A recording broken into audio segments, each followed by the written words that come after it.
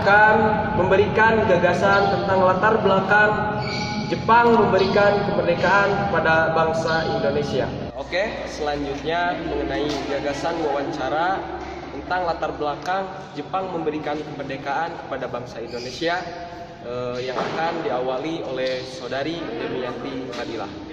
Oke, Saudari Demianti Fadilah, mengenai gagasan Jepang memberikan kemerdekaan kepada bangsa Indonesia, apa harapan Jepang membentuk BPUPKI, lalu kapan BPUPKI dibentuk, dan siapa yang menjadi ketuanya?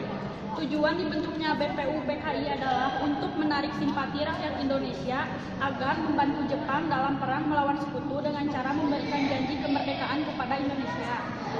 Dibentuk pada tanggal 29 April 1945. Diketuai oleh Dr. Andes HRT Rajiman Widioningrat dengan Wakil Ketua Ichiban Yoshie Jepang dan Raden Panji Sueroso. Oke, selanjutnya Asila Ananda Putri, apa tugas BPUPKI dan apa hasil rapat BPUPKI ke-1, ke-2, dan ke-3? Tugas utama dari BPUPKI adalah mempelajari, menyelidiki, dan mempersiapkan hal-hal yang berkaitan dengan aspek-aspek politik, ekonomi, tata pemerintahan, dan hal-hal penting yang diperlukan dalam usaha pembentukan negara Indonesia merdeka.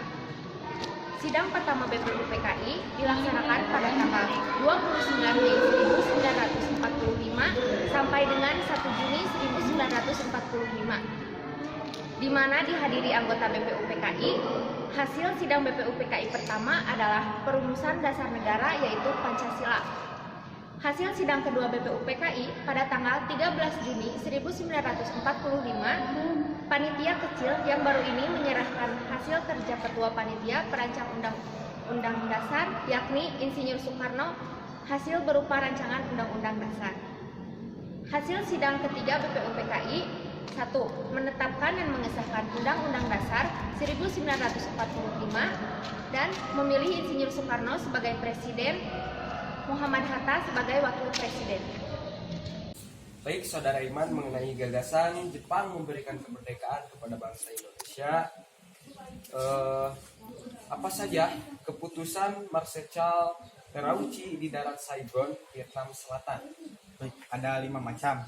Yang pertama, pemerintah Jepang memutuskan memberikan kemerdekaan kepada bangsa Indonesia. Yang kedua, untuk melaksanakan kemerdekaan dibentuk PPKI sebagai pengganti BPUPKI. Yang ketiga, pelaksanaan kemerdekaan segera dilakukan setelah persiapan selesai dilakukan secara berangsur-angsur di Pulau Jawa, baru disusul pulau lainnya. Yang keempat, wilayah Indonesia akan meliputi seluruh bekas wilayah Hindia Belanda. Yang kelima, pada tanggal 7 Agustus 1945 diumumkan pembentukan panitia persiapan kemerdekaan Indonesia atau PPKI atau Dokuritsu Jumbi Inkai. PPKI diketuai oleh Ir Soekarno dan diwakili Ketua Dr. Andes Muhammad Hatta. Baiklah, Saudari India, mengenai latar belakang Jepang memberikan kemerdekaan kepada bangsa Indonesia, kapan Bung Karno kembali dari Saigon dan tiba di Jakarta? Bung Karno dan kawan-kawan kembali dari kota Saigon, yaitu kota Ho Chi Minh City, Vietnam. Tiba di Jakarta pada hari Ahad 12 Agustus 1945 pada pukul 10 pagi. Insinyur Soekarno, Dr. Andes Muhammad Hatta, dan Dr. Rajiman diterima pangkalan armada perang oleh Jepang, oleh Asia Tenggara, oleh Jenderal Terauchi. Ketiga tokoh pergerakan tersebut dikirimi atau diberitahu oleh pemerintah Jepang mengenai pemutusan kemerdekaan bangsa Indonesia. Kapanpun bangsa Indonesia siap, kemerdekaan boleh dinyatakan. Itulah yang diucapkan Jenderal Terauchi pada pertemuan tersebut. Selanjutnya, Saudari Nenden Carmila, mengenai latar belakang Jepang memberikan kemerdekaan kepada bangsa Indonesia, siapakah tokoh yang menyadap pemberitaan bahwa Jepang menyerah terhadap Sekutu tanggal 14 Agustus 1945. Pada tanggal 6 dan 9 Agustus 1945, pihak Sekutu Amerika Serikat menjatuhkan bom atom di kota Hiroshima dan Nagasaki. Bom yang dijatuhkan pada kota tersebut menyebabkan jatuhnya korban jiwa yang begitu banyak dan menyisakan duka yang mendalam. Namun, pada 10 Agustus, perang masih berlanjut antara Jepang dan Uni Soviet di Manchuria. Akhirnya, pada tanggal 14 Agustus, Jepang menyerah tanpa syarat kepada Sekutu. Berita kekalahan Jepang tersebut masih dirahasiakan oleh pihak Jepang untuk Indonesia. Tetapi, pada tanggal 14 Agustus, salah satu seorang pemuda Indonesia di Bandung yang bernama Sultan Syahrir mendengar lewat siaran radio luar negeri BBC atau British Broadcasting Corporation. Akhirnya pada tanggal 14 Agustus, golongan pemuda yang terdiri dari Wikana, Sultan Syahrir, Darwis, dan lain-lain mendesak Bung Karno untuk segera memproklamasikan kemerdekaan Indonesia. Baiklah, Saudari Siti Jamilah, mengenai latar belakang Jepang memberikan kemerdekaan kepada bangsa Indonesia, bagaimana situasi para pemuda Jakarta dalam menyikapi berita penjarahan tersebut? Para pemuda yang saat itu mencari keberadaan Bung Karno dan Bung Hatta diberangkatkan ke Rengas Dengklok untuk bertemu dan berunding dengan mereka. Akhirnya Suwe Barjo berjanji jaminan nyawa kepada golongan muda bahwa proklamasi kemerdekaan akan diumumkan pada keesokan harinya, selambat-lambatnya pukul 12 waktu Indonesia Barat. Dengan jaminan itu akhirnya Insinyur Soekarno dan Muhammad Hatta dilepaskan. Baik, Saudara Nurul, mengenai gagasan latar belakang Jepang memberikan kemerdekaan kepada bangsa Indonesia, bagaimana peranan Mr. Ahmad Subarjo? Yang pertama, menjadi penengah antara golongan muda dan tua dalam peristiwa Rengas Dengklok. Yang kedua, menjadi anggota BPU PKI yang mengedekat kemerdekaan. Ketiga, menjadi Menteri Luar Negeri pertama Indonesia setelah kemerdekaan Indonesia. Oke, selanjutnya Saudara Rizky Ramadan, mengenai gagasan latar belakang Jepang memberikan kemerdekaan kepada bangsa Indonesia, apa yang melatar belakangi terjadinya peristiwa Rengas Dengklok? Peristiwa Rengas Dengklok merupakan pengasingan Soekarno dan Hatta oleh golongan muda. Latar belakang tersebut adalah perbedaan pandangan terkait pelaksanaan proklamasi. Golongan muda menginginkan proklamasi dilakukan secepatnya karena Jepang telah menyerah kepada Sekutu. Namun, golongan muda menginginkan kemerdekaan melalui Jepang. Selanjutnya Saudari Novia Ramadan,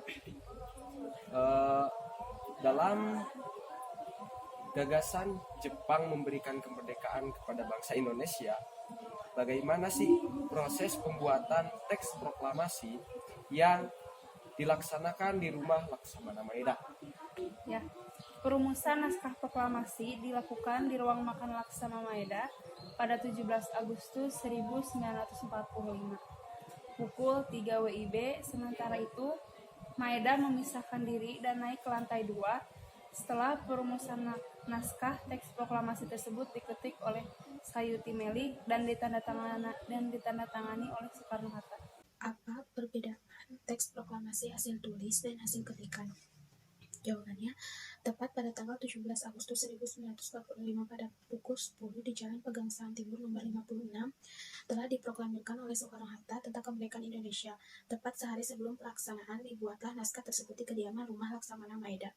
Perbedaan yang terdapat pada naskah yang ditulis dan diketik yaitu pada bagian judul, pada paragraf kedua, pada paragraf kedua kata tempo, pada bagian waktu, pada bagian pembuat, pada bagian tanda tangan. Yang kedua, bagaimana proses pelaksanaan proklamasi tanggal 17 Agustus 1945. Bung Karno dan Bung Hatta diungsikan ke Rengas Dengklok, Jawa Barat oleh para pemuda. Ahmad Subarjo yang saat itu mencari keberadaan Bung Karno dan Bung Hatta pun diberangkatkan ke Rengas Dengklok untuk bertemu dan berunding dengan mereka. Setelah disepakati, proklamasi akan dibacakan pada pukul 10 WIB di rumah Insinyur Soekarno. Pagi harinya, rumah Soekarno sudah dipadati oleh banyak orang. Sudan Kolatif Hendral-Ningrat menugaskan anak buahnya untuk berjaga-jaga di sekitar rumah Insinyur Soekarno. Pengibaran bendera dilakukan oleh S. Luhut dengan bantuan Sudarto. Bendera merah putih yang dikibarkan dijahit oleh Fatmawati, istri Bung Karno. Upacara berlangsung syahdu karena tanpa dikomandan, para hadirin spontan menyaksikan atau menyanyikan Indonesia Raya ketika bendera dikibarkan. Saya ucapkan terima kasih kepada rekan-rekan yang telah memberikan gagasan tentang latar belakang Jepang memberi janji kemerdekaan kepada bangsa Indonesia. Maka daripada itu dapat disimpulkan bahwa pada tanggal 7 September 1944 di dalam sidang istimewa Parlemen Jepang di Tokyo, Perdana Menteri Koiso mengumumkan bahwa daerah Hindia Timur atau bangsa Indonesia diperkenankan merdeka kelak di kemudian hari. Hal ini dilatar belakangi oleh kekalahan Jepang di berbagai medan pertempuran.